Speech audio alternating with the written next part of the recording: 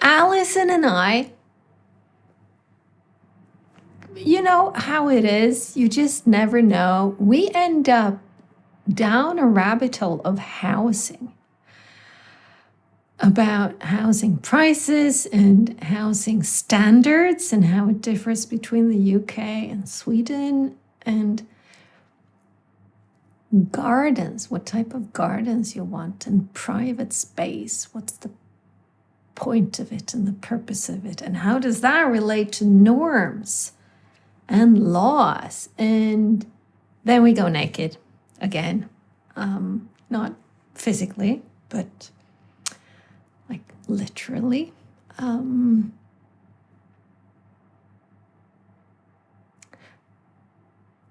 And we come at the end to a place where we ask whether or not we ask enough questions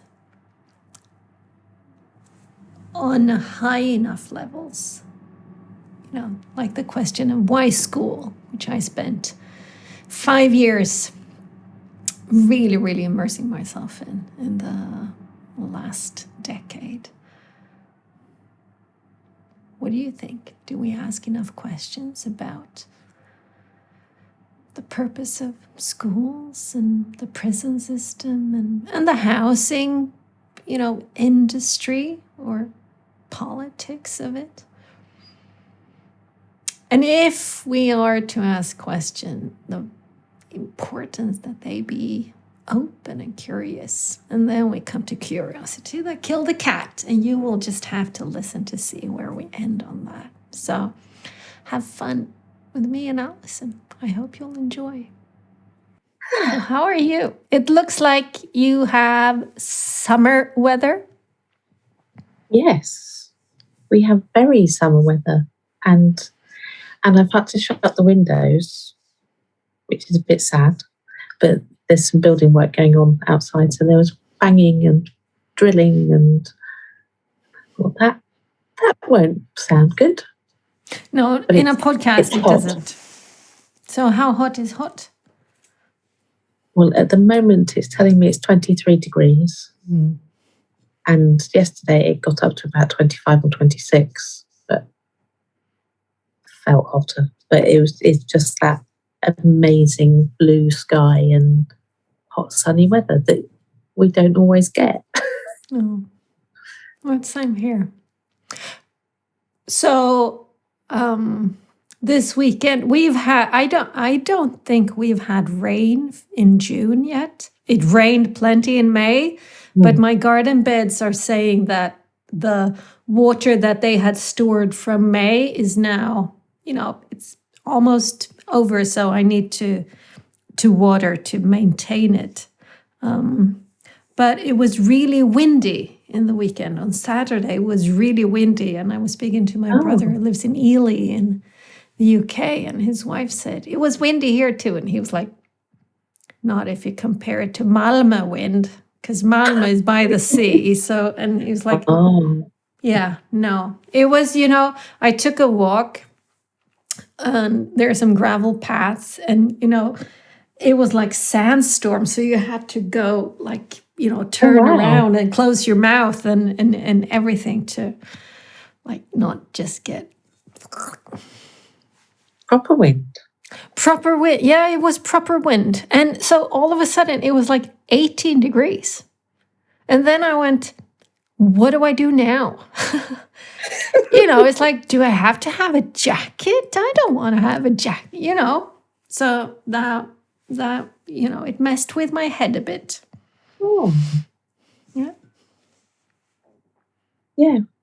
I don't think we've had wind. There's definitely no wind today. It's really still. And it was, I went for a walk in the park this morning and had it all to myself. Oh, lovely. Which was really nice. And I've just taken to taking my shoes off once I get there, and I just walk around in the damp grass, and it's just gorgeous. Yeah.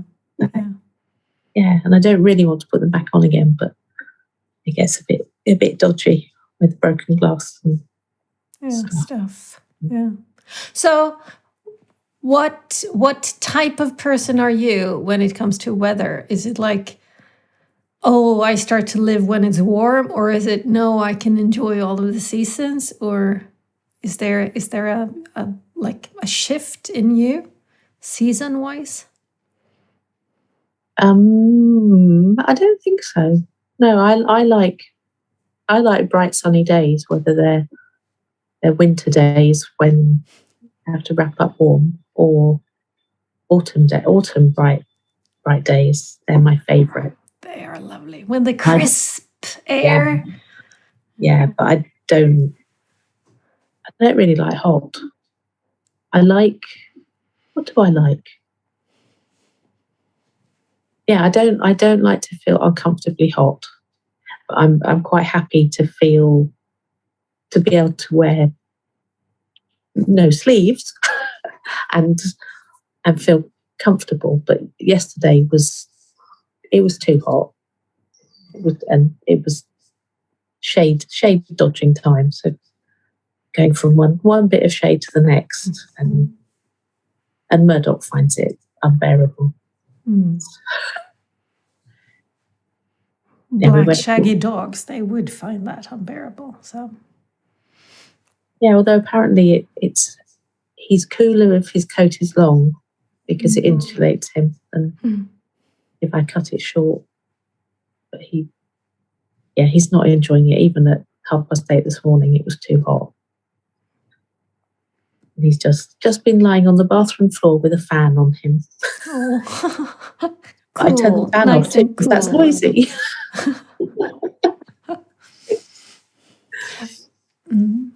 I mean, I think I can really like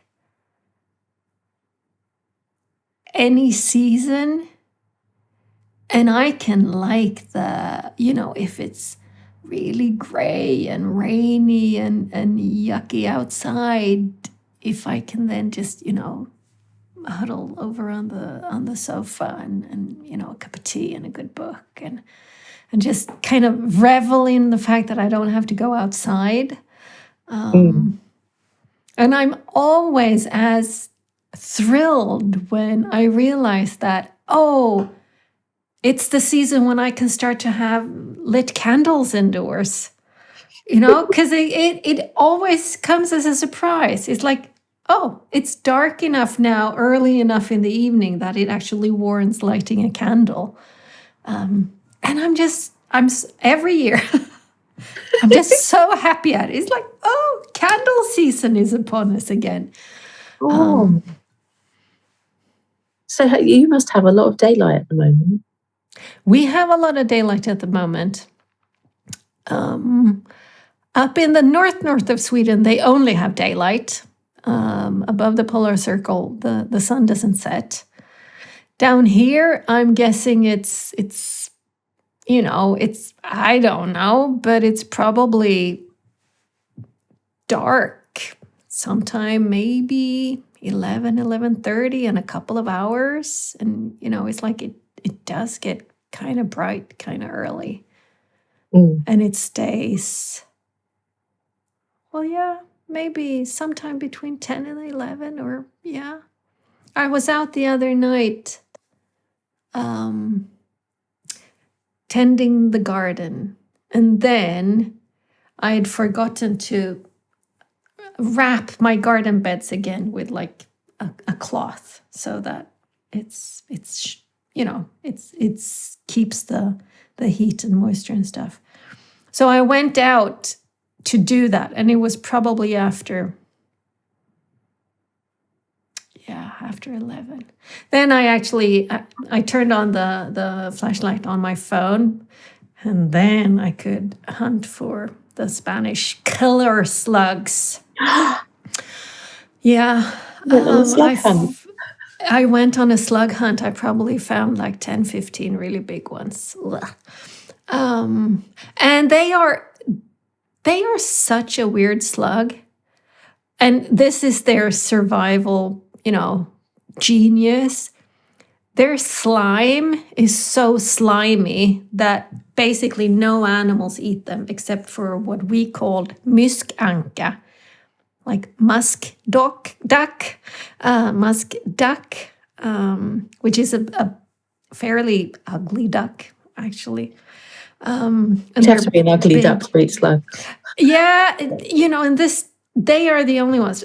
But that slime, it's like tar. It stays on you. It is so hard to wash it off.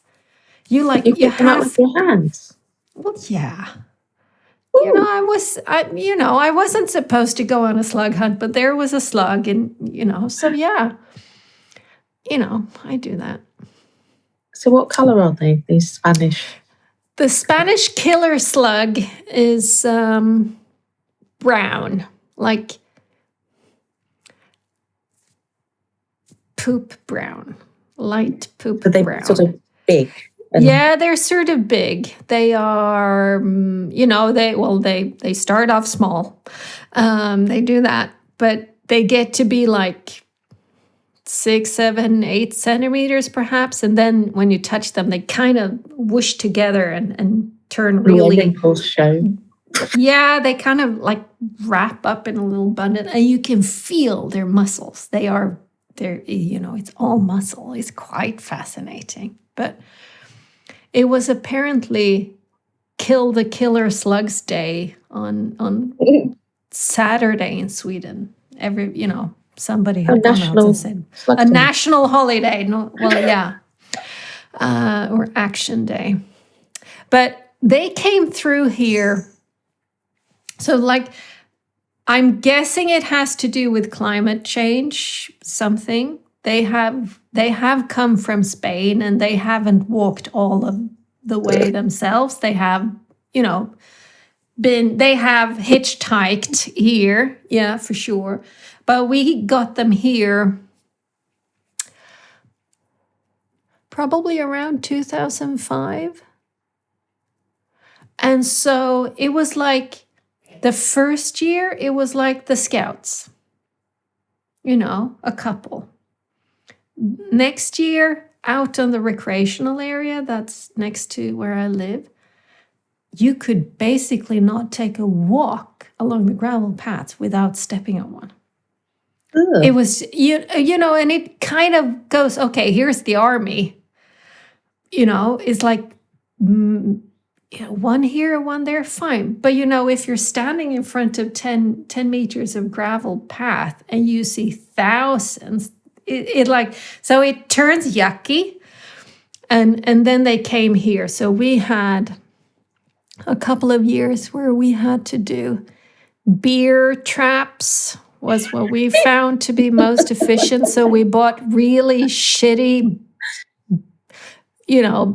cheap beer on Lidl or something to do beer. So we had beer traps all over. And, just they're attracted to them. They die happy, yes. But it's like, then you have to deal with it as, ugh. Yeah. But now it's like, there's a few, and yes, they eat. And yes, when I see them, I take them away. But kind of the army went, and the army has then, the Scouts have, scouted out the rest of Sweden. And I think they're now quite far north. So it's really been this thing. Okay, now it's Skåne, now it's Småland, now it's, season by season. Wow. Yeah. So do you have Swedish slugs? We have lots of Swedish slugs. I don't know if they're called Swedish slugs, but I have Vinbergssnäcka, which is the French escargot. So theoretically, I could keep those in a little farm and feed them lettuce, and then you could eat them. But I so far haven't. But I'm always happy to see those. Sure, they eat a little bit, but they're so beautiful. They're just gorgeous. And they're big. They're 5 centimeters or so. And then we have the leopard slugs. So there's some contention as to whether or not they actually harm your living plants. They mostly eat dead plants. Oh, It's like so. And they're like gray at the base, and they have black dots on them. And they can go long. They can get really long and skinny, kind of. And they, when you take them, they don't squish together the same way that the Spanish slug does. But I've seen a little bit too many in my garden beds now, so I take the Spanish slugs to kill, and I take the leopard slugs and kind of throw them out of the garden beds. At least they can have a little bit of a exercise to get back there, right? But I don't want to kill them. And then we have the ones with a little house. Ordinary garden snail. So I think there's a difference between slugs and snails, right? Snails yes, have snails houses and have slugs houses. don't. Yeah. Okay. So, and then there's the really, really tiny slug, like a centimeter and a half. They're just mostly slimy and mushy. I'm not too fond of those either. So they baby ones, or they're fully grown? I actually don't know. I think they are fully grown. They love strawberries. You pick this beautiful strawberry, turn around, and it's like, they've eaten up the entire inside and sit there and just munch. And you go, oh.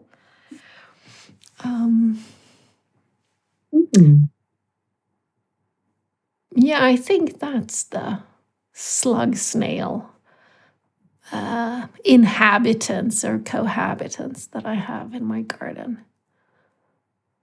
But I mean, the garden snails are quite pretty too. But, Yeah. They must all have a purpose. Precisely. The Spanish slug, I'm kind of not so sure about, but probably maybe in Spain there's lots of musk ducks or something else that eats them, maybe. I don't know. So if you've not imported the ducks to deal with the slugs? There are people who buy that duck in order to get their slug issues under control. But you would have to have I think, a bigger garden than I do, and you have to have some water, some pondy thing for them to be really happy, and I don't. So you just pick them up by hand at night when it's dark. Yeah, and then once in a while, I shouldn't say this, but once in a while I put them on a stone, and I take another stone and I whack them, kill them off. You could cut them near the neck as well, cut off their head. Or you can actually, the other night when I went slug hunt, I went out to the street and just threw them down into the sewer. Oh, right. They probably, I don't know. Oh, so you didn't kill them? I didn't kill them. It was like, oh, no, I can't be bothered. Yeah. Making it a little bit harder for them to come in here again, at least. So you shouldn't pour salt on them. It actually works, but it's gross, and gardens don't like salt. So not a good idea. But I baked, I prepared my sourdough yesterday. And I made the dough today. And yesterday I was reminded that instead of beer traps, you can make sourdough traps. So I took a little bit of the sourdough and a little bit of water in a little bucket, and I'll put it out in the garden and see if it works. So the smell attracts them, something, and then they... Yeah. Then they die. I should probably put in a bit of dishwashing liquid so that they, surface tension and all of that stuff so that they will die. I mean, they kind of stay in then, I think. Oh. You should do that with the beers too. I don't know. It's probably, half of it's probably scientifically sound and half of it might be just, this is superstition. You're supposed to do this, so I do. Yeah, I'd like the idea of beer traps. That seems like a fair end. But I mean, sourdough is probably not that bad. I mean, they are attracted to like rotting and, fermented stuff, yeah. right? So they probably go quite happily to the ever after from a sourdough trap too. Yeah. Yeah, certainly nicer than salt. Yes. Oh, I've tried it. It looks horrid. Oh, yeah, don't do that. Yeah, I did it years ago. Did you also have the Spanish killer slug then? We used to have big brown ones, but also big black ones. But the big black ones we called forest slug. And they look like licorice, and they're gorgeous. Yummy to eat. And they actually breed with this killer slug so that you can get mixed race slugs, and then you don't really know which one is the good one or the bad one, because the forest slug, the big black ones, they don't come here. They live in the garden or in the forest, but I think they're pretty. They're so pretty. No, but the brown, no. No. Yeah. Well, Yeah. And they're funny. They have their little horny things, don't they? Yeah. Yeah, there's something much more attractive about a snail that has its own beautiful house, and that they disappear. Like slugs are just slug-like. They are. And I remember waking up in camping somewhere with a whole load of slugs that had come in overnight. Just into the in the tent. Oh, yes. Yum. Nah.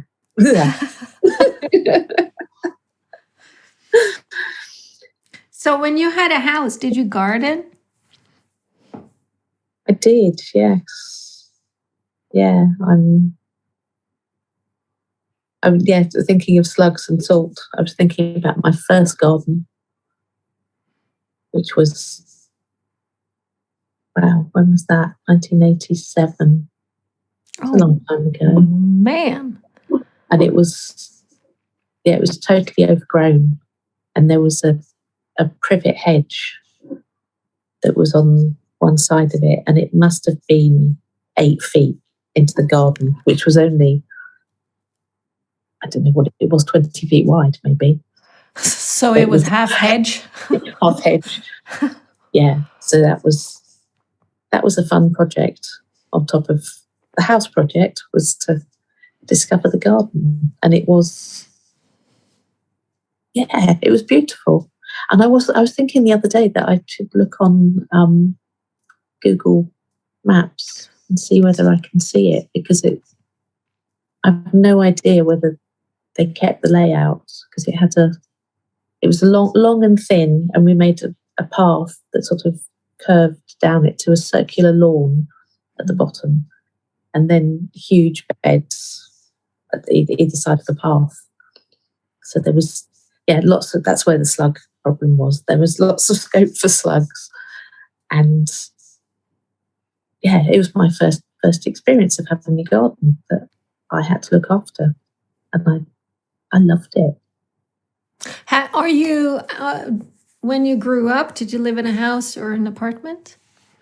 In a house. In a house. So you've like, garden is part of this is the way you're supposed to live.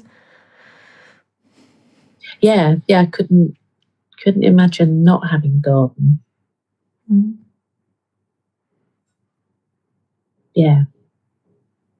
And then, the next house had a wider garden, but very, very long, like 120 feet, whatever that is in like 40 meters long, 30, 40 meters long. Yeah. It's divided by 30, right?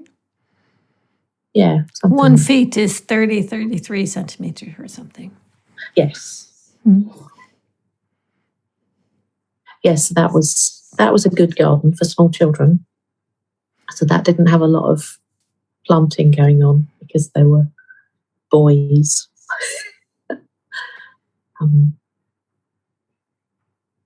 But yeah, that was nice. And then my last garden was very small, although not that small compared to some, but there was, the boys were past running around age. So, it took ages and years before I got the garden sorted, and I didn't actually finish it until I put it on the market to sell. But I'd got raised beds for my vegetables. I was thinking about growing vegetables yesterday. It's just so satisfying. Yeah. And then I'd got some raspberry canes that apparently came into their own in the August after I moved out. It took a couple of years, and so I got reports back of how abundant the raspberries were. Oh, there's nothing as good as raspberries. So you have had 3 gardens of your own? I have, yes. Because this is my first garden. I mean, I've also... I've lived most of my childhood in houses, except for 2 years in Arvika. And then when I moved away from home, it was apartments for 10 years before me and my ex-husband bought this house. And this was his first house. So that was an interesting kind of, that's why I asked about the childhood, because it made me realize that for me, living in a house is that's the base. That's the norm. Whereas he has lived in an apartment all his life. So for him, moving to a house was like, oh, wow. How do you do that? And he fit right into being a house owner and a garden owner. So, but it's like, it was apparent to me that it is there's something in your body, if you've been raised in a house or not. There's a different relationship to a house.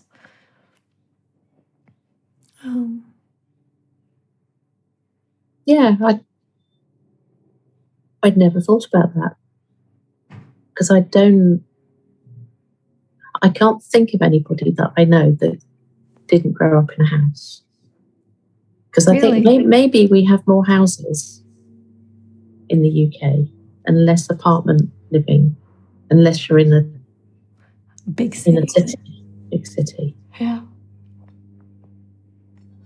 But even lots of tiny weeny houses with tiny weeny gardens. And tiny weeny rooms. UK, you're crazy. It's like, this is a 3-bedroom house. And it's like each bedroom is like, 1.5 times 3 meters. And you go, what? Yeah, but it's a 3-bedroom. That was really interesting when my brother was house hunting in the UK. To just look at the difference in, like, what's the norm? What's the asked for qualities in a house on the market in the UK compared to Sweden? And so do you go by square meters? Yes. Yeah. Because Yeah. You might find that if you dig down somewhere, but it's Yeah. not. It's 3 bedrooms, 2 bathrooms. Precisely, which is so interesting because they are then, they had one where they looked at one where it was like one of those 3 bedrooms was like in the bedroom also happened to be the hot water, boiler thingy. And it was like a bedroom. That's a bit of a stretch, but sure, you could fit in a bed if you really have a skinny one. But it's like, yeah. So square meters is, I wouldn't say it's more important, but it is as important. So it's the number of rooms. So we do 4 rum och kök, 4 rooms and a kitchen. Right. Right? And then we say the square meters.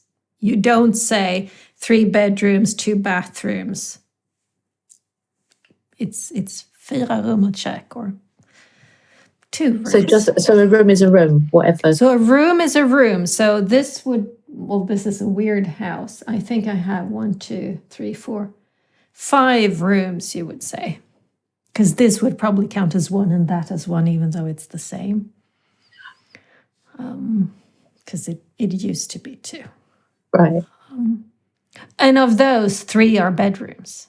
Or 2.5 is bedroom, because the 1 room is a walk-through room. You have to walk through that to get to the 1 bedroom. But yeah, my mom lives in a 1, 2, 3, 4, 5. I'd say probably 5 rooms and a kitchen for her too, and 2 are bedrooms. Oh, I'm just adding this up. This is 1, 2, 3, 4, 5, 6. 6 rooms and a kitchen and 3 bathrooms and a toilet. Oh shit. On how many floors? 3 floors. Yeah, so I'm up in the attic, and there's a bedroom and a shower room and another room and a large landing too that has an armchair on it. Yeah, and it's interesting. I'm thinking the other thing we seem to be obsessed with here is about having detached houses. So it doesn't matter that it's another one of those criteria that it has to be detached. It has to have an ensuite and a bathroom, and it has to have how many bedrooms.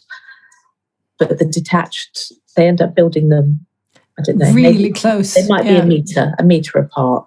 Yeah. And you have these whole estates that look like Toy Town with these stupid little houses, and it really irritates me.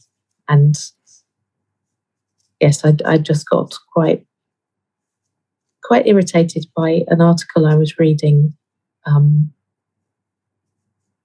about how we need to build more housing in the UK. And the reason that house prices are so expensive is because there's a shortage of housing. Is that true? I don't believe it, but that's the story that we're told. We're constantly told that, and it makes me so angry, this idea that there's not enough housing when there's a lot of empty housing, a lot of second homes, a lot of households single people living in large houses. And yeah, maybe that's their choice to do that, but is that really what they want? But given no alternative, it's what they do. And yeah, I don't understand enough about the economics around house prices, but I do not believe that the increase in house prices is due to scarcity of housing. That doesn't it seems rather that part of the increases because it is. I mean, it is the biggest investment market. Property is like. I'm just going to bark. The doorbell rang. Yep. Didn't hear the doorbell. Hear Murdoch. Shush. Thank you. Heavy breathing. Yeah, but shush. The whole idea that housing is an investment, and that's what we've been sold, that you need to own your own. Yes, you do, Murdoch. And it just distorts everything because it's not.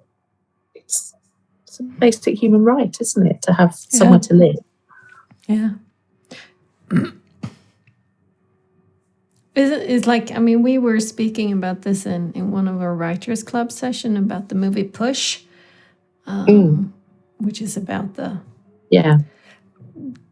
property as investment versus housing as a human right. Really, that's what it's about. And it kind of. I also have a friend, Johan, who. He says you shouldn't look at your house as an investment. It's a cost. And yeah, it just so happens that for the past X decades, it has sort of increased in value so that if and when you sell, you've made a bucket or a buck on it. But it's like it's an interesting question, this thing about housing. And when I divorced, I managed to keep the house so I could buy my ex-husband out by taking a mortgage. And if I wanted somewhere where I could live and my 2 teenage kids by then, I would not have been able to find cheaper housing than retaining my house, getting a mortgage and retaining the house. I would not have been able to get, maybe, and this is a big maybe, I'm actually not even sure it's true. Maybe I could have gotten a 3-room flat, a 2-bedroom flat where I would have to live in the living room type thing. But I actually don't think I could have found one that wouldn't have cost me more than what it costs to live here. So I feel very lucky that I was able to get a mortgage for half of the value of the house, because that's what I needed.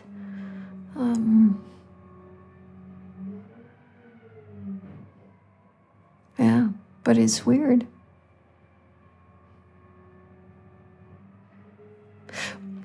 So when did you sell your house? Is it 2.5 years ago? It'll be 3 years on the 1st of August.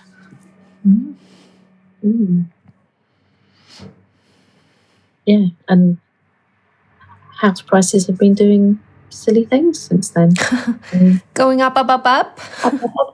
And then, because we've had a stamp duty holiday for the last. Stamp duty holiday? Yeah, stamp duty is the tax you pay on buying a house. Okay. Which, I don't know what the rates. It increases depending on the value of the house. So I don't know what the thresholds are anymore, but there was a threshold where you don't pay any, and then it's, I don't know whether it's 1%, 3%, 5%. So it can be, the more you're spending, the more tax you're paying. So there was a stamp duty holiday introduced as part of the COVID recovery to stimulate the market. Which meant that you didn't have to buy the stamp or pay the stamp duty? Pay tax. Yeah. Oh, okay. And it was extended. It was, I don't know how, but I think it's now, it ends at the end of June, but there's a tapered reintroduction, which makes sense because otherwise all the conveyancing solicitors would be having quite a struggle. And it seems, yes, of course, house prices have risen when there's this artificial reduction in the cost of buying a house. So the idea is that, it means all the people buying houses have saved money because they don't have to pay stamp duty. But actually, immediately, the cost of the house increased by what the stamp duty would have been. I'm saving this much money, so I can pay this much more. Yeah.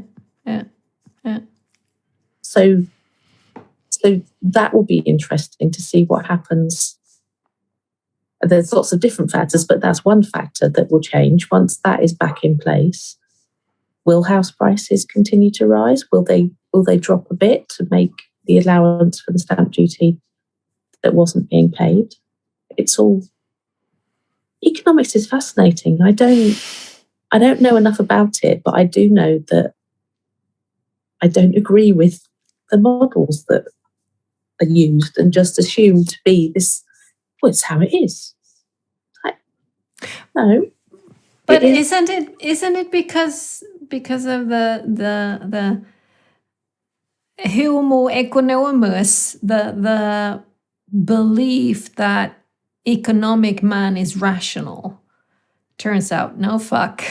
There is no such thing. We buy the house with emotions. We say, hey, we can buy it for this much because we don't have stamp duty. And then when stamp duty comes around again, you're going to go, So, yeah. And it seems as if at least some economic models are like finally catching on to the fact that we don't do the rational thing. The rational thing when the stock market goes up is to stay in, and the rational thing when the stock market goes down is to stay in. No, we sell when it's going up, and then and we sell too soon or too late, and we buy too early or too late. So he's like, if you don't rock the boat, that's when you make the most money. But we don't. Because he's like, oh shit, it's dropping. I'd better sell to salvage what I. Yeah.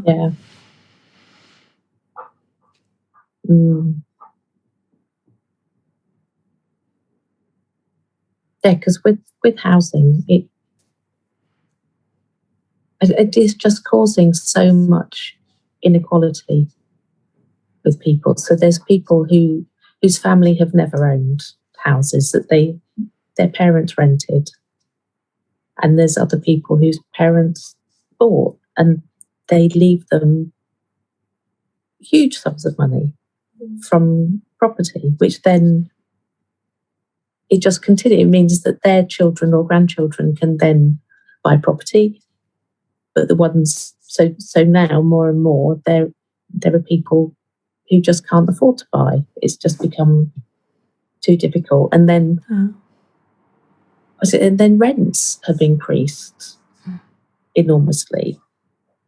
So, I don't really understand how it's working, but it's actually, I think it's to do with the amount of deposit that you need in order to get a mortgage, whereas sort of back in the past, you could get 100% or 95% mortgage. Now, a large deposit is needed, but people who are renting can't afford to save for a deposit, which means they can't buy their own home, which would actually be cheaper with the way mortgage rates are.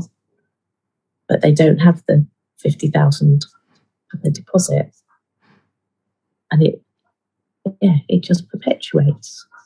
Yeah, and I hadn't thought about it in a specific way. And I just read it in Cast by Isabel Wilkerson.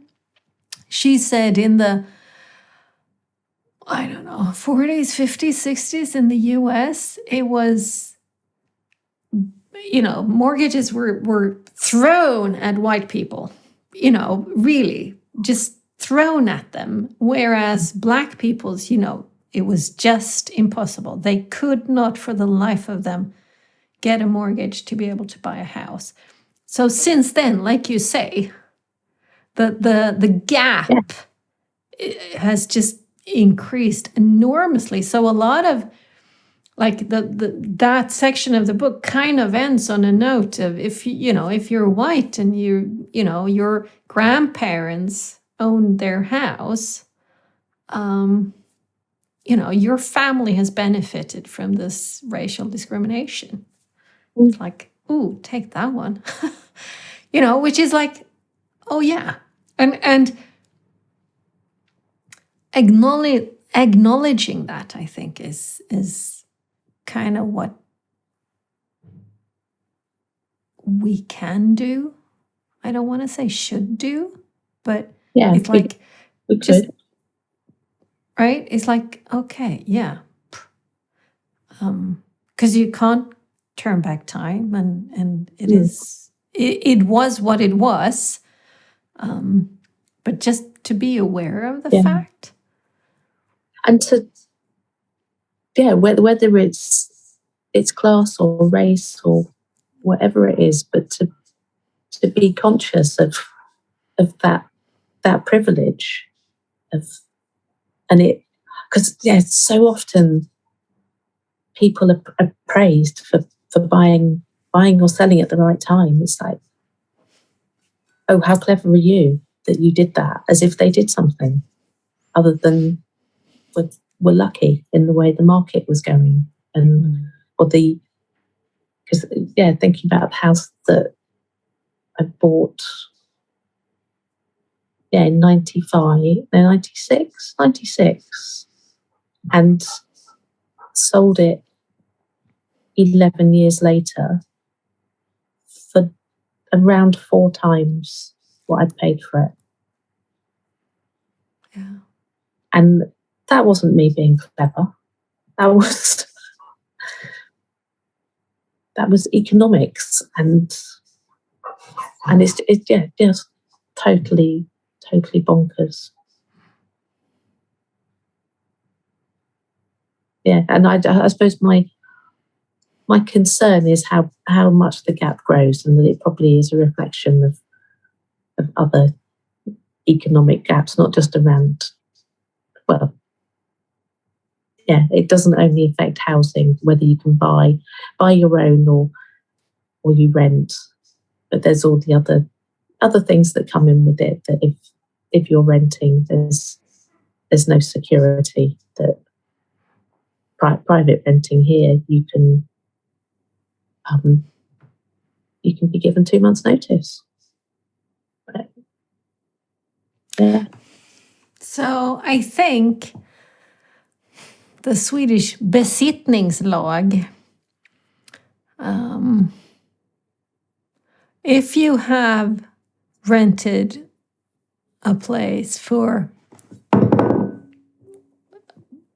sort of longer than period X, it's harder to evict you or get rid of you. So what a lot of private,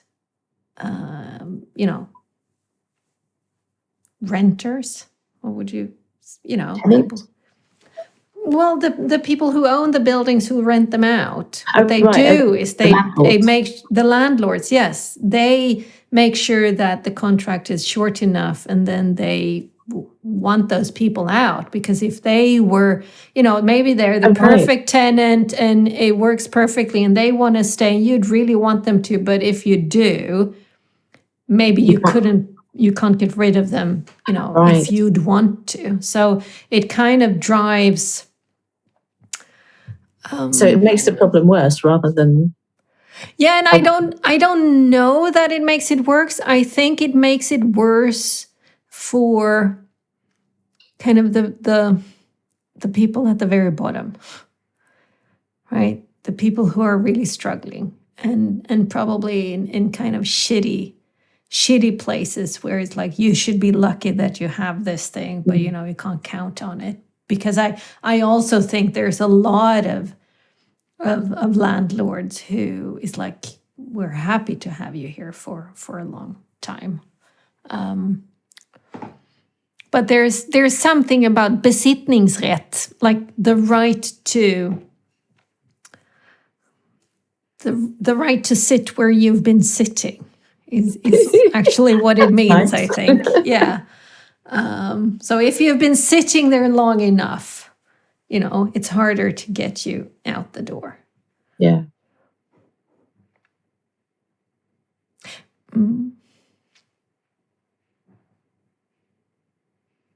Because it's making me wonder about, because it all triggers me, stuff around housing, but then wondering what is it that we really want or need, and I think part of my discontent is the sort of acceptance that this is how it is. This is, everybody needs their own little box to live in. And there's sort of no willingness, and I'm sure there are in places, but generally the consensus is, we need more houses because we need more people to live in houses. And then there's all these estates of little boxes, like detached little boxes with 3 bedrooms and 2 bathrooms and all of that stuff. And it's like, well, can't we step back a bit and look at, well, what is it that we really want? Why are we continuing for this aspiration of a detached house? That's because even they think, well, surely the technology is advanced enough now that you can build attached houses that don't transmit sound between them and actually improve their energy efficiency by being together. But yeah, there's so much status about having a detached house. Which is so interesting, because when we were looking at houses back in 2003, 2004, both me and my ex come from the pharmaceutical industry and are kind of, brain damaged because of it. So we wrote a URS, a user requirement specification, saying we want this is must, and this would be really lovely. And one of the things that possibly was on the must list was a detached house. But this house isn't. So on the other side of the wall behind me is the neighbors. So it's a twin house. Semi-detached. So it's detached on that side and not on that side, right? Yeah. And because of that, this house was about 1 million Swedish krona cheaper than if it had been detached. Right. So, and we had kind of, calibrated to how much do we want to pay for housing, and come to a level where this was actually the best house we could get for that money, because if we wanted it detached with 3 bedrooms, we would have to pay 1 million more, which we didn't want to do. But so that one was probably one of those things where I know I didn't have such an issue with it. I know that my ex kind of was like, but what cinched the deal was that the kitchen window is original. It's from 1928. So that is the thing that made me go, I want this house. Which right. is, it's like, again, yes, emotional, totally, right? It had a good vibe And there's enough of the old, even though most of the other windows are yucky modern, right? But the original one in the kitchen is just, oh, I want this house.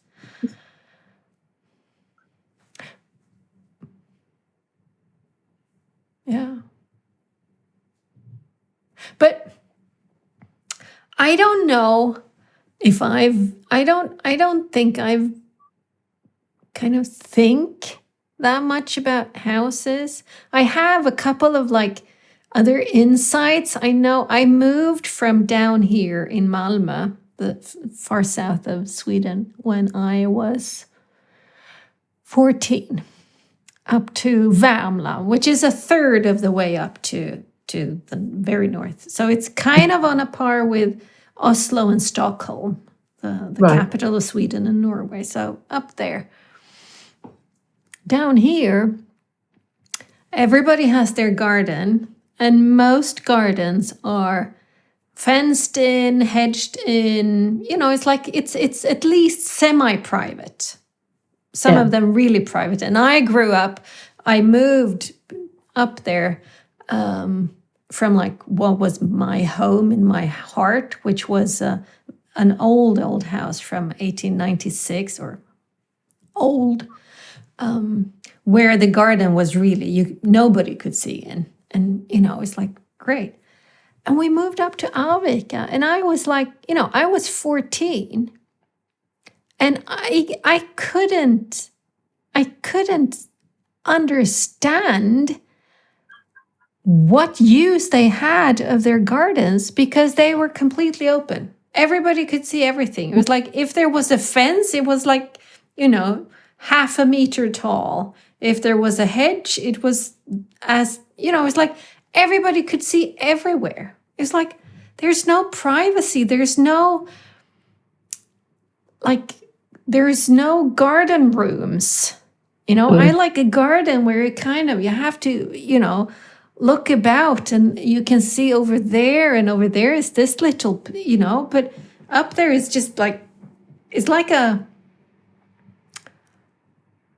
it feels like a parking lot, even though they didn't necessarily park cars, but it's like you could just see everything. There's nothing, there's no, and I can kind of remember being surprised. Murdoch. Murdoch. No. Yes. I was surprised that I picked up on that. You know, a 14-year-old who kind of, there was something in my body telling me, ooh, I don't like this. Because it goes back to what you were saying ages ago about growing up in an apartment or in a house with a garden. And then there's the sort of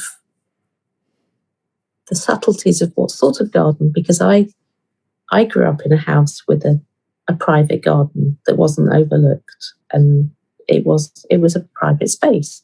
And I remember visiting a friend who, it was Victorian terraced houses, and they all had these back gardens, tiny sort of thin back gardens, but just separated by chain link fences. And it just felt, it was like you walked out there and it was like all of these people. Like, everybody can see everything. Everyone can see everything. And like, I wouldn't even want to go in the garden. No. But that was, influenced by my experience of what I thought a garden was a private space. Whereas if you grew up with something different, then it'd be, well, no, gardens are just outdoors where you talk to your neighbours. And it was when we moved up there, we moved to a house with a garden that was open to the streets on two ends and open to the neighbor on one end, and then there was a house.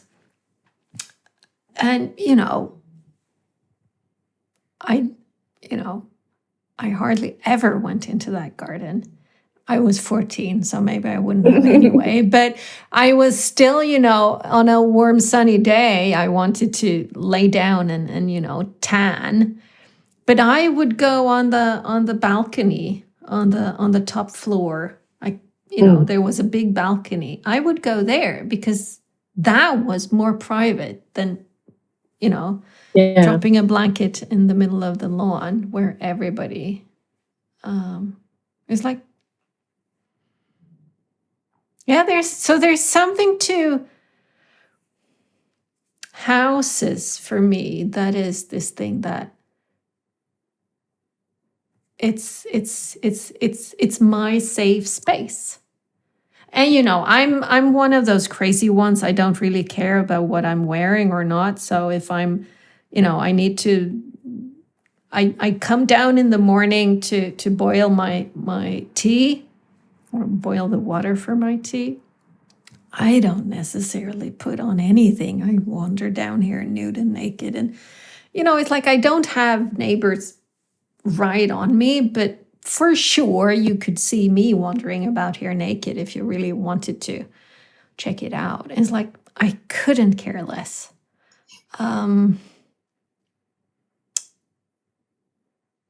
Because this is my private space. Right? So it's like, I don't,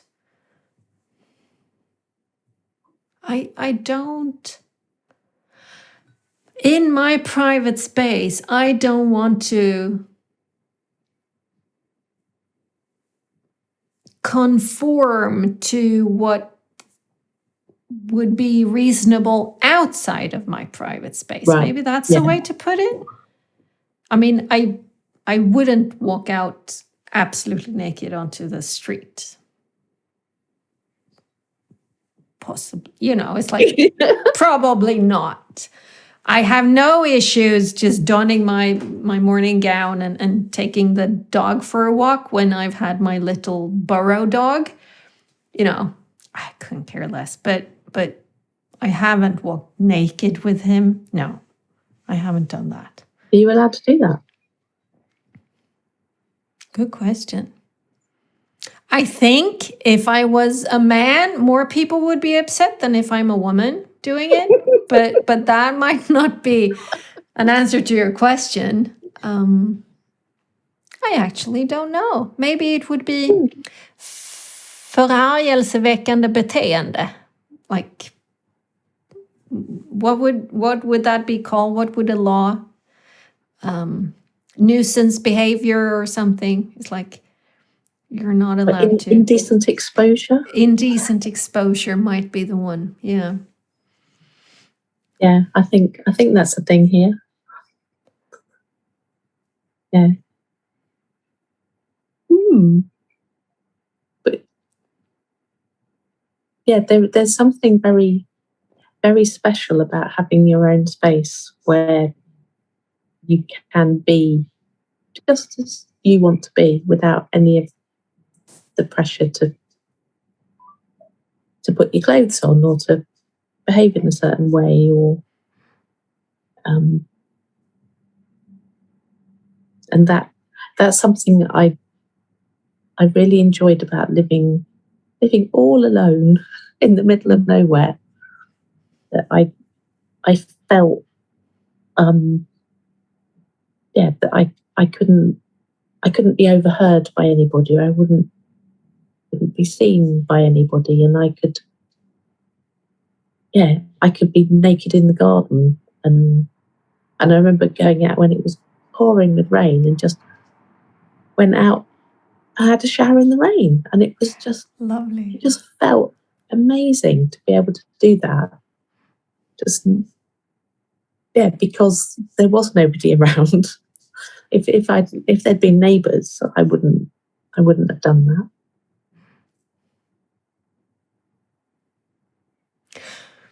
But then it's like, well, why not? What is this? What's this issue with people seeing precisely. us? Or, yeah, precisely. Just where I was thinking too. It's like, what is that? And I mean,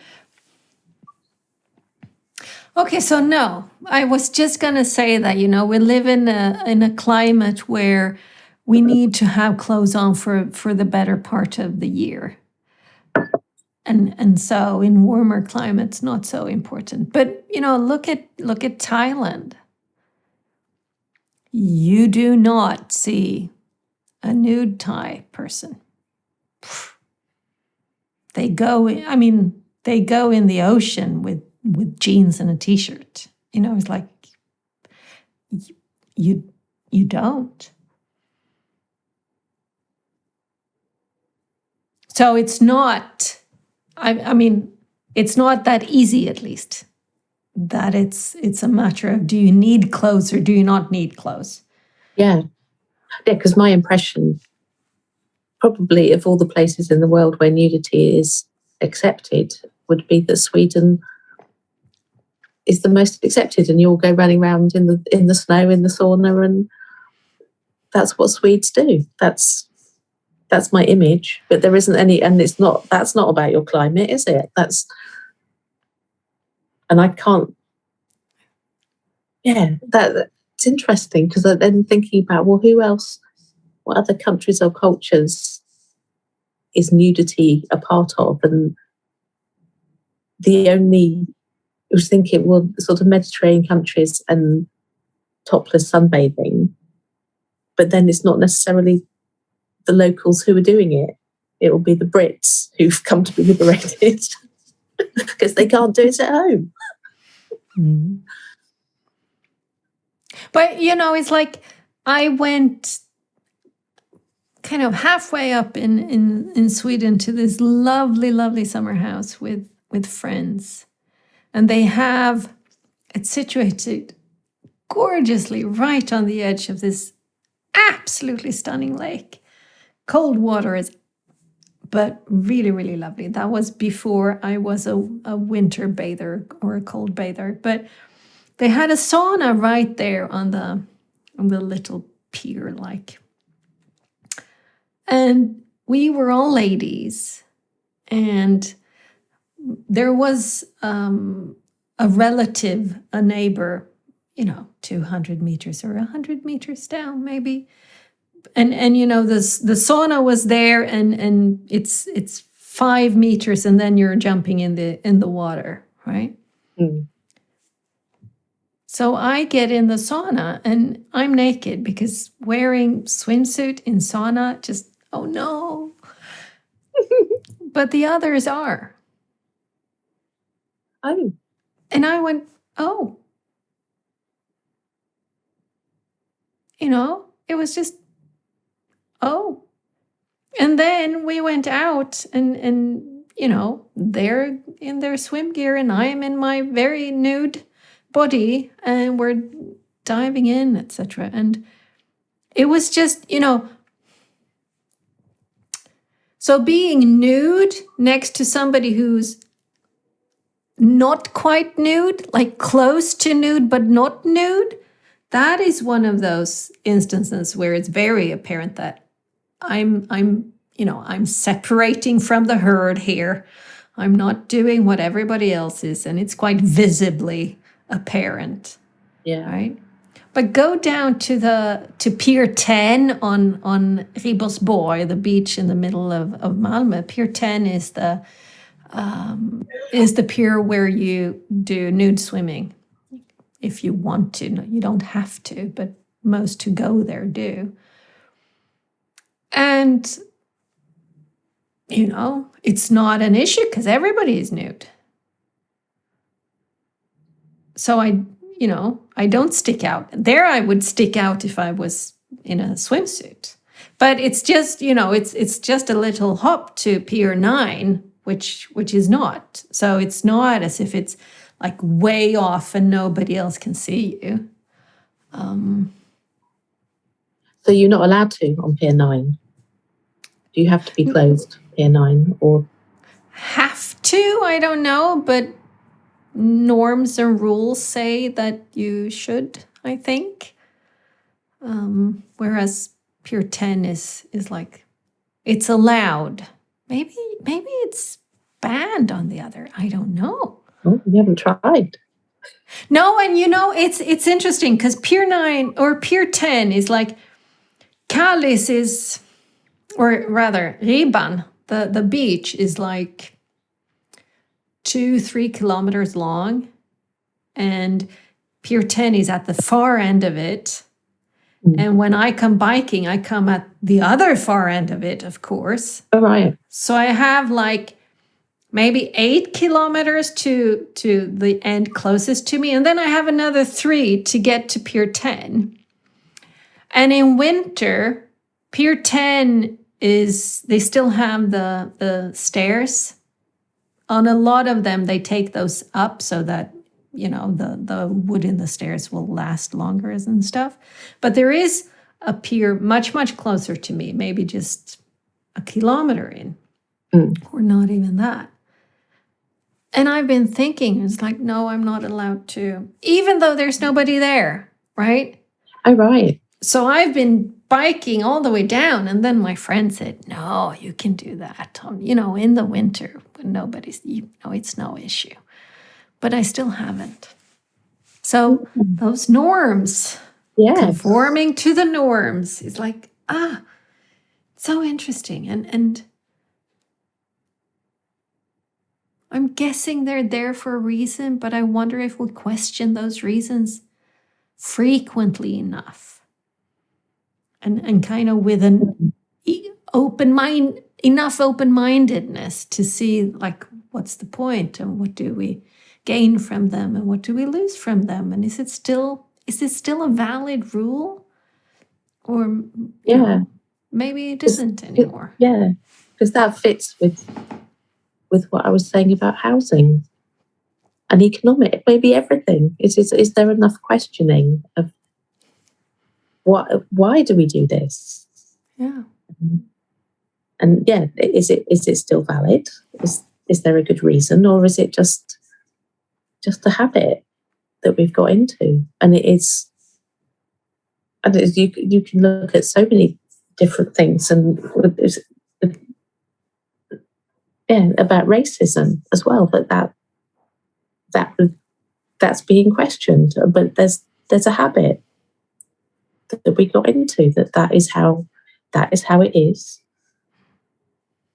and it's taken a lot for people to be shaken enough to go, oh, is this okay? And some people still don't, but they accept it. Like so many things about gender issues, that bit more curiosity and acceptance of, oh, well, it may not be how I thought it was, and does this model that we've grown up with, does that still work, or do we can we allow diversity, something else? Because I would say unequivocally that no, we don't question enough, or perhaps the question is we don't question from a high enough level. It's like here in Sweden we debate marknadshyror. So will the state set a cap on rent, or will the market decide? Right. There's bickering and questioning and debates and stuff on all of those kind of way down in the stack inside the system questions. And left will think this and right will think this, and never shall the two meet. And, it's like, but go high enough and look at housing. It's like, forget about the rent level and how that's put, but housing, do we have a system where everybody actually has their human right to housing? Oh, no, we actually shut people out. Oh, funny that. What could we do? How could we do it? The detail of precisely, right? And so that was, I did that school spring thing where we asked why school, which was the same thing. It's like, I'm not debating central testing and grades or, marks in grade 3 or 6 or 9 or whatever. It's like, those are the details. But what the heck do we need the schooling for? What's the purpose? How? Is it benefiting enough people? Are we actually hurting that many people in a way that we should really consider how we're doing the details of it? But, you don't, prison system. Do we question that enough on a high enough level? Don't think so. Yeah. And you can link the same thing to the global pandemic, the COVID pandemic. It's like, we debate masks or not, right? But on the bigger level, what does this mean for humanity? What does it mean for democracy, or this thing that we call democracy? And are we still in it? Or, it's like, higher level, curious, open-minded, wanting to just dive into the messiness of it. Because sure, it can be really messy, but worthwhile. Yeah, definitely. But yeah, such a reluctance to go there, or even, I don't know, whether maybe some people are reluctant to go there. The people who know that there is a there to go to might be reluctant, but yeah, maybe the majority of people don't even know there is anywhere. And it's what I hear all the time, that just sort of a resignation that this is how it is, without, there isn't even a question. They don't even know that there's a question, because this is how it is. Yeah. And then sometimes, quite often, I would like to be that person who doesn't even know that there's a question and can just do, I can't do that. I can't just do life as we're told it should be. It's because there's more questions. I'm curious about it, and I don't believe it is the right. It's not the only way of doing life. But I know that I don't want to get into a fight about it with anybody. I'm not gonna say, my way is the right way. Yeah, you're not out to convince anybody. Yeah, I'm curious about how else we can do things, and like you're saying about school and education, it's like, well, why? And the same with housing. So this article that's saying that the reason for high house prices is because of lack of housing, and then there's a whole article about it. So, well, no, you missed. There's another question. It's not. But I mean, that's the same thing as saying that we have starvation on the planet because there's not enough food. We need to be more efficient in our food production. It's like, really? There's not enough food to feed everybody? That's bullshit. Yeah. Right? It's absolute and utter bullshit. But when you were speaking, I was thinking two things. So the one is, if we're now kind of categorizing people into this, the people who aren't even aware that there's a question to ask, that there's a possibility of a question. It's like, school system sure did its thing, didn't it? It worked perfectly. That's what we want. More of those. Less of these kind of weird people who go around questioning shit. It's like, it's horrible, right? But I was also thinking, so I've always been interested in religion. It was one of my favorite subjects in school and stuff. And when I was a foreign exchange student in the US, 89, 90, one of my best friends was a Mormon. And her family are among the few people I still have contact with. They are just the absolutely most loving and kind and gentle and generous people I know. So she asked me, would it be okay if you speak to an elder, about the Mormon religion? I was like, yeah, sure, please do. Can I? He's like, yes, thrilling. So I did. Sat down in her house and had a conversation about this and that and the other thing. And it was super interesting. And he said, have you ever had that thing when you get goosebumps? He said, I'm the one who said God bumps. And I'm going, oh yeah, all the time. And he said, oh, that's the Holy Spirit. And I'm going, oh, I kind of like that. So I say God bumps for a reason, right? And then we were kind of done. And I don't know if it was he who asked me or if it was my friend who asked, do you want to continue? Do you want to see? And I was like, I wish I could become religious and believe the way that you believe.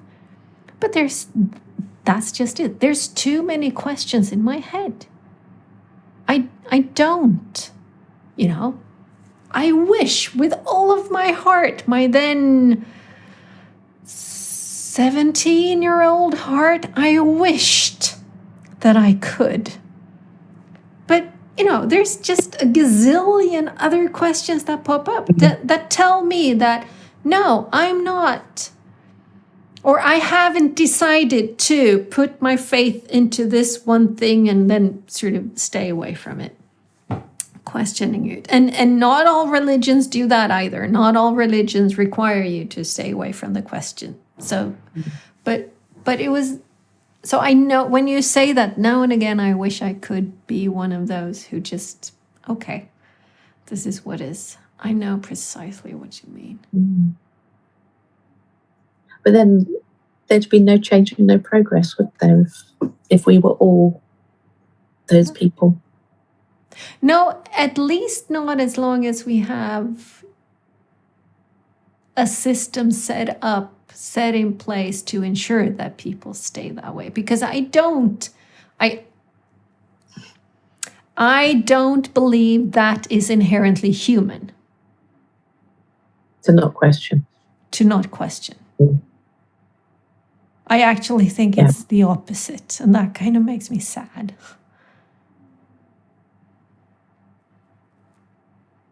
Yeah, because there is the thing about man making meaning, isn't there? That we need to make meaning, but do we? I don't know. Almost is that we sort of short circuit it by, we make meaning, we've got meaning, then that's it, then we stop looking and stop questioning. Yeah, and I mean, we live in a culture where like we create curiosity so early on because it's just inconvenient. It's not, having a gazillion kids around asking questions is like, no, please, right? So we very effectively have created a system that just shuts that down in us, but it's in us. Yeah. And then you get to be 30 and you have a crisis, or 40 or 50 or 60 or 70 or 80 and you have a crisis. And maybe you find that little bit in you, and see, wait, what, there's this thing in me. Yeah, there is.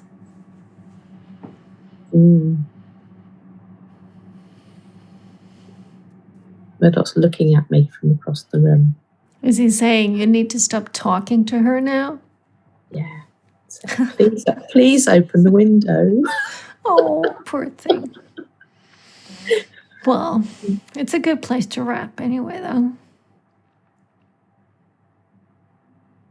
But yeah. Yeah, curiosity. It might have killed the cat, but it doesn't need to kill us.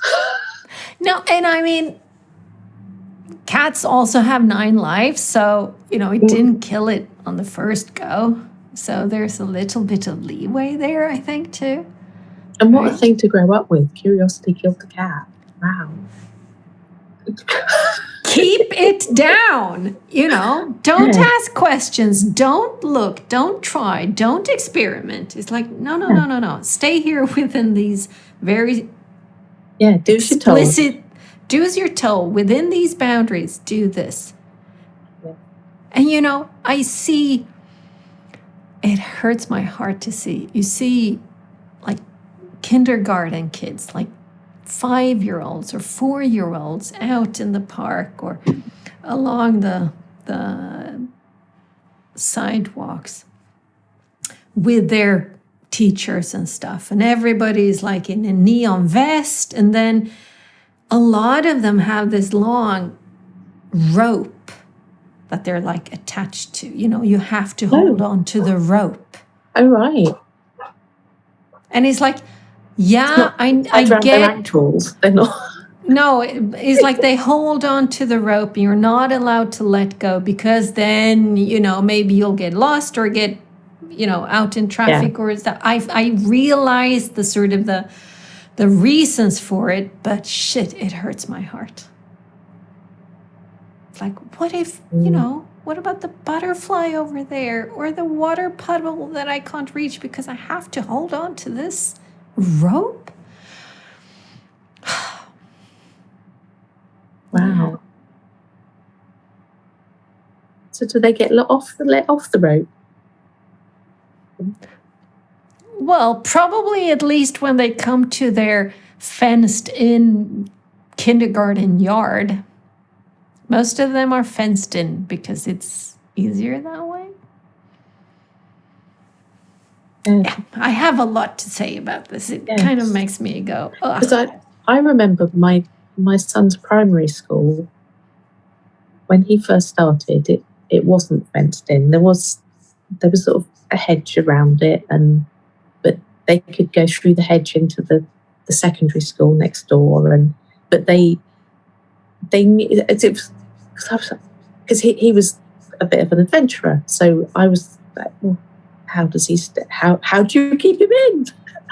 And so, well, they know where the boundary is. Yes. And then within a few years, there was those big spiky metal fences with spikes on top that were put right around the perimeter, and it was because of the threat of invaders, and just sounds as if you're at war with France or something. and then that nobody. The Vikings are coming. Yeah, the doors were locked. That there was an intercom system and the whole culture changed to be one of fear, fear of strangers, and